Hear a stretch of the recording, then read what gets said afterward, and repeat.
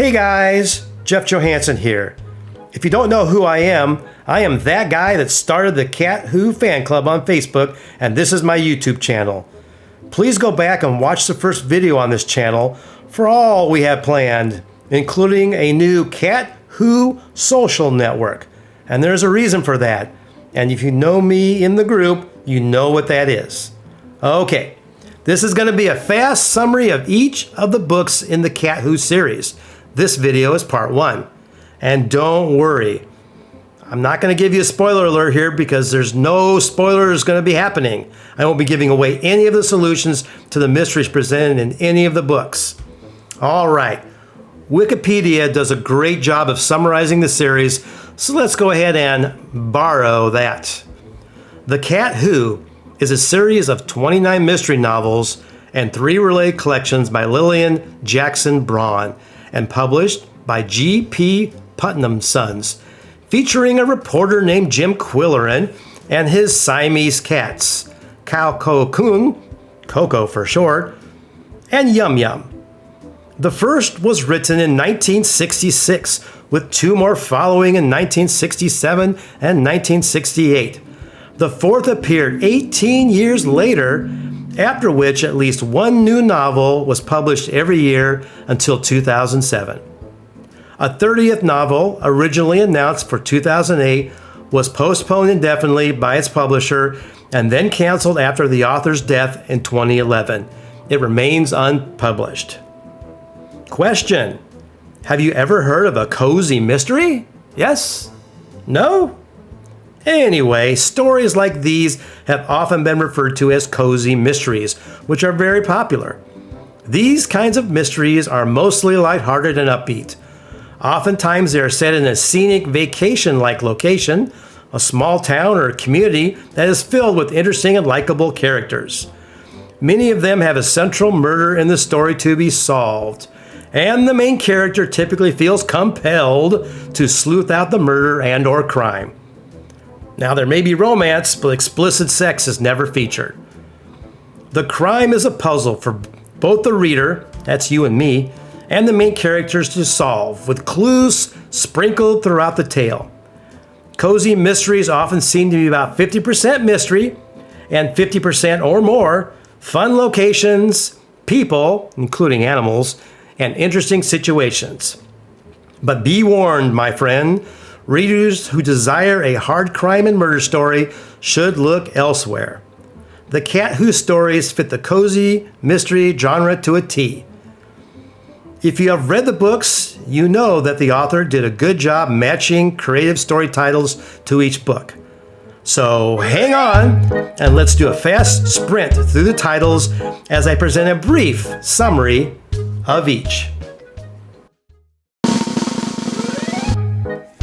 Welcome to the series introduction, part 1. 1966 kicked off the first story in the series, The Cat Who Could Read Backwards. Jim Quillerin is a down-and-out reporter. Formerly, he had been a war correspondent and a reporter for big city newspapers. A failed marriage and a downward spiral into alcohol abuse nearly took his life. The man had reached the end of his rope, but a friend of his, Arch Riker, back to work. In this story, he is assigned to a local art beat, which leads to a stabbing in a gallery, vandalized paintings, and a fatal fall. Stranger than these things, he meets an unlikely partner who helps them solve the crimes. Coco, a Siamese who has exceptional talents in sniffing out clues. The cat develops an affinity for printer's ink as the animal traces words backwards in the news stories from right to left.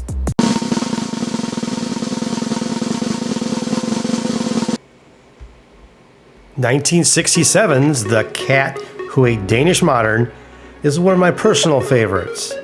As Quillerin continues to work more bizarre assignments, he finds himself responsible for writing copy for an entire weekly supplement.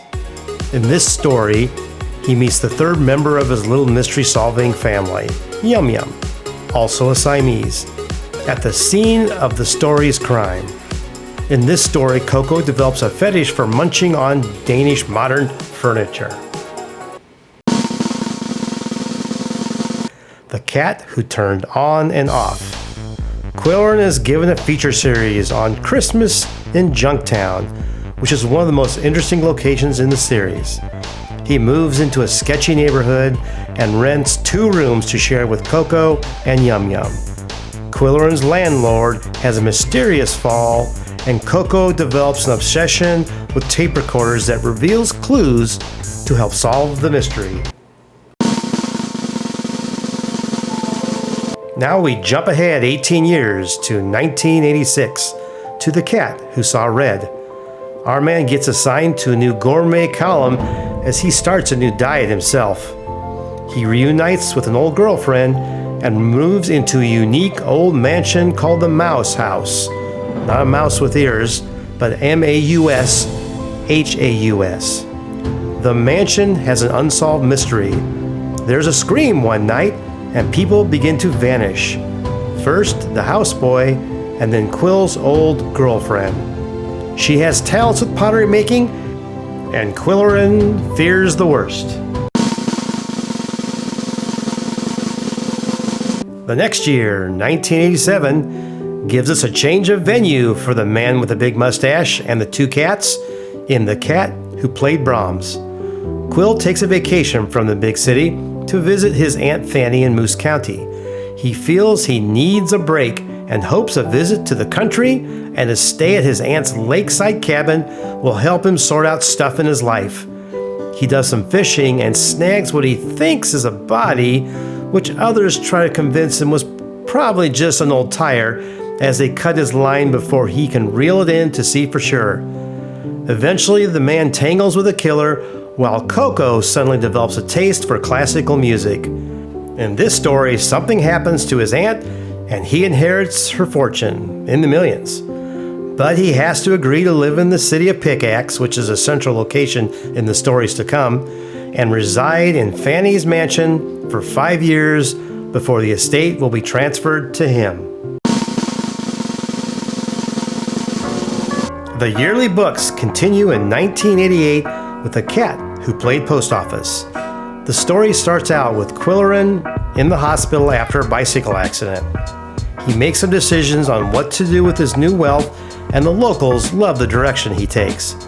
Coco sniffs out clues in the big mansion that point to some suspicions that Quillerin has over the resident's former housekeeper who has suddenly left town. Iris Cobb comes up from the big city to take over as the mansion's caretaker. The Cat Who Knew Shakespeare was also published in 1988. In this story, Coco and Yum Yum give Quillerin clues as to the mysterious death of a local newspaper publisher by pushing various Shakespeare plays from the shelf. Quill meets Polly Duncan, who is Pickaxe head librarian. The two share an avid interest in literature. Polly's father was a Shakespearean scholar and has named her after a character from A Midsummer Night's Dream. The author, Lillian Jackson Braun, was very active in 1988 and published her 3rd Cat Who story that year, The Cat Who Sniffed Glue. In this story, Pickaxe is hit by vandalism, and then a banker and his wife are killed. The male Siamese develops a taste for glue, and the story is set up in acts and scenes like a play, which makes this tale unique in the series. A former love interest, first introduced in The Cat Who Ate Danish Modern, comes up to help with some architectural work for the town's new theater.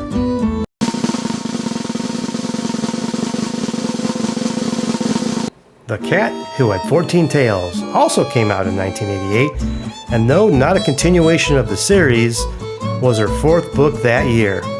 The book contains a collection of 14 unrelated short stories involving various cats. These stories had been written and published by her earlier in her writing career. Quillerin, Coco, and Yum Yum do not appear in these tales, but the reader can get a sense for where the author got her inspiration for the series.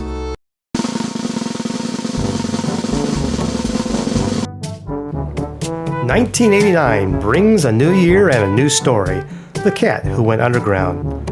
One summary I read simply stated, Quillerin goes on vacation and carpenters in the area start dying. That is pretty direct and very accurate. He stays at his inheritance cabin once again with the cats and hires an underground builder, meaning unlicensed, to cut corners and get the work done quicker, and all sorts of troubles ensue. Coco goes underground himself to help solve this mystery. Lots of quirky characters make this an unforgettable tale. Quillerin starts writing his twice-weekly series for the local newspaper, the Moose County Something, in this story. His column is called Straight from the Quill Pen and is a favorite among the locals.